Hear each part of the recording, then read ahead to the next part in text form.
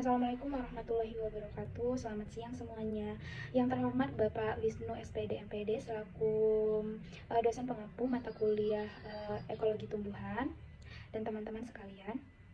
Di sini saya izin memperkenalkan terlebih dahulu. Nama saya Fana Farina dengan NPM 21130240015 dari Prodi Pendidikan Biologi angkatan 21 kelas A. Nah, di sini saya merupakan moderator dari kelompok 5A, di mana anggota kelompok saya yang pertama ada Elca Wahyu Denisa, kemudian ada Revika Rahma Esa.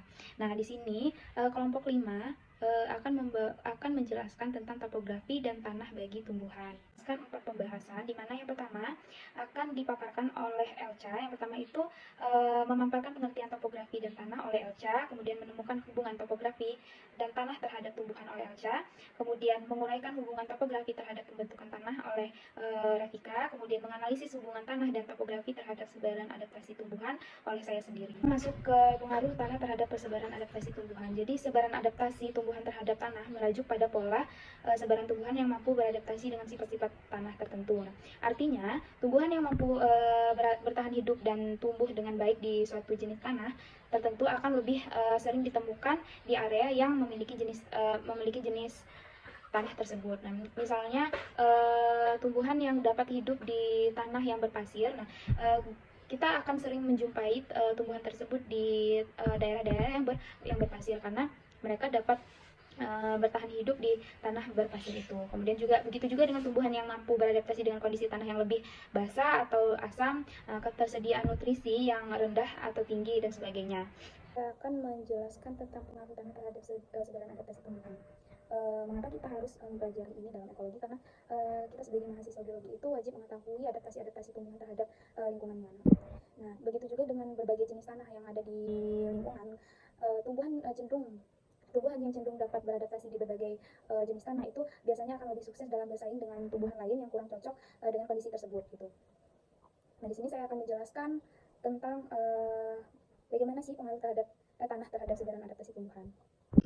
Di sini saya akan menjelaskan tentang pengaruh tanah terhadap sebaran adaptasi tumbuhan. Nah, sebaran adaptasi tumbuhan terhadap tanah memiliki implikasi penting dalam konteks ekologi.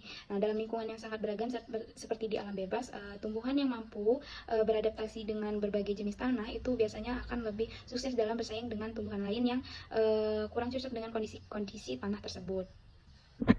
Nah, pengaruh tanah terhadap sebaran adaptasi tumbuhan ini meliputi yang pertama saya akan menjelaskan faktor-faktornya, kemudian pola distribusi dan adaptasinya. Faktor pertama itu ada pH. Nah, tumbuhan yang mampu beradaptasi dengan pH tanah tertentu seperti yang lebih asam atau lebih basah akan lebih sering ditemukan di wilayah dengan pH tanah tersebut. Kemudian ada juga tekstur. Kemudian ada kondisi nutrisi.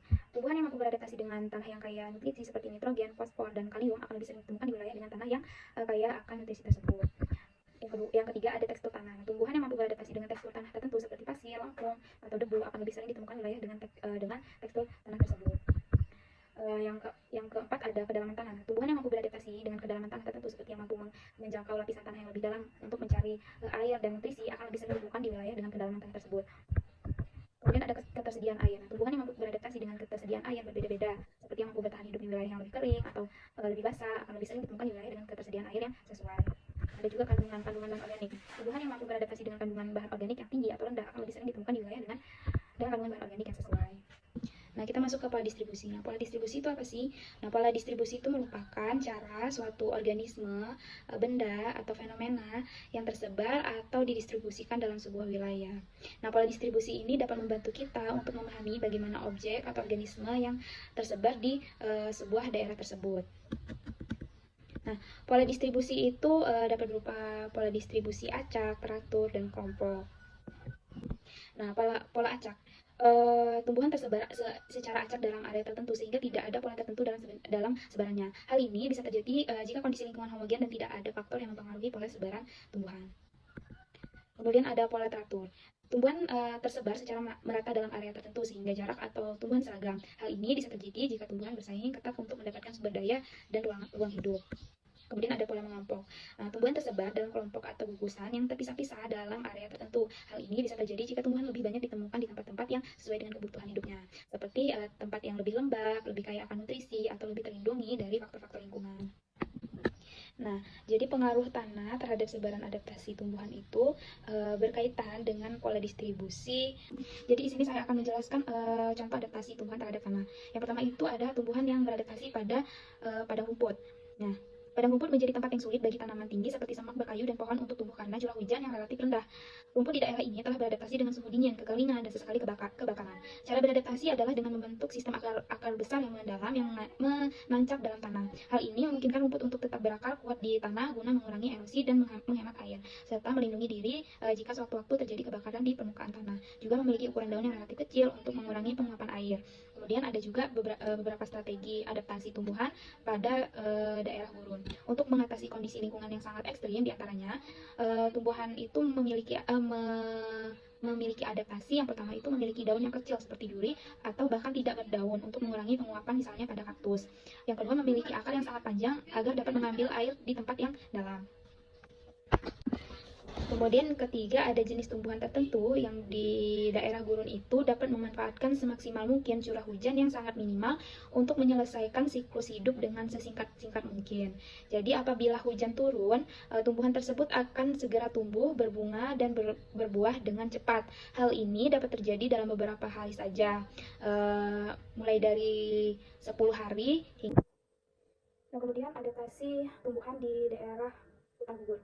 Yang pertama itu ada tumbuhan itu sesegera mungkin. Maksudnya itu adalah pada saat kondisi lingkungan menguntungkan, hal ini dilakukan oleh beberapa bunga liar yang merupakan tumbuhan bawah.